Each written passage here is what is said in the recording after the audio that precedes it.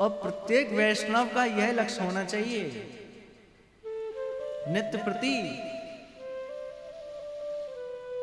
जब भी हम ठाकुर जी की सेवा करें ना, आजकल लोगों में एक धारणा बन गई है, हम 3-3 घंटे पूजा करेंगे, 4-4 घंटे पूजा करेंगे तो भगवान पूजा स्वीकार करेंगे, तो हम भक्त कहलाएंगे। नहीं, यदि आप 5 मिनट भी अच्छे से भाव से पूजा कर रहे हैं ना,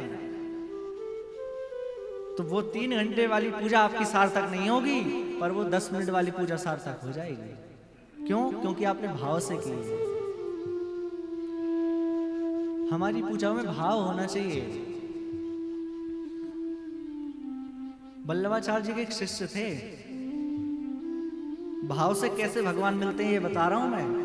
वल्लभाचार्य जी के एक शिष्य थे,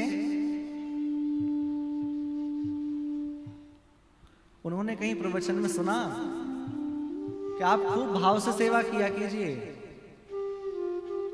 आप खूब मन लगाकर सेवा करें।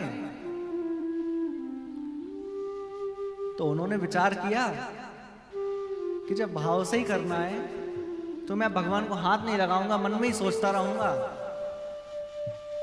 और घर जाकर क्या किया, आसन लगाकर बैठ गया और आंख बंद कर कर बैठा है।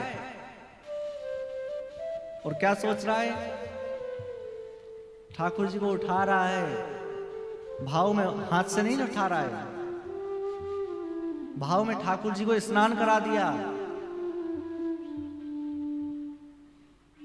बढ़िया अच्छे सोने के कलश से जल डाल रहा है, शीतल शीतल जल है। अब भाव में ही तो सोचना है, सोने के कलश में डालो चाहे चांदी के कलश में डालो, भाव में तो सोचना है।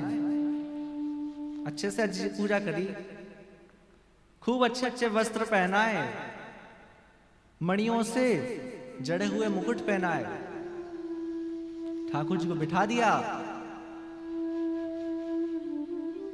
और ठाकुर जी के लिए खीर का भोग लगा रहा है। खीर का भोग बनाया, तो जैसे ही खीर बना रहा था ना,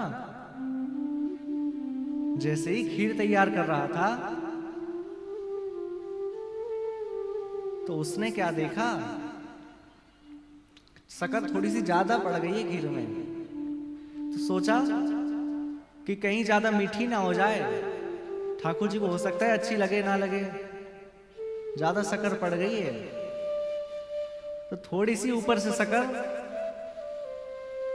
निकाल ली, और जैसे ही ऊपर से शक्कर निकाली ना, तो आप आश्चर्य मानेंगे, ठाकुर जी सामने प्रकट हो गए। और प्रकट होकर क्या कहते हैं, क्यों भैया एक बात बताओ, तुम्हारी क्या सही में शक्कर जा रही है? अरे भाव में ही तो सोच रहे हो, डल गई तो डल जाने दो। क्या कह रहे हैं, अरे डल गई तो डल जाने दो, सही में थोड़ी जा रही है।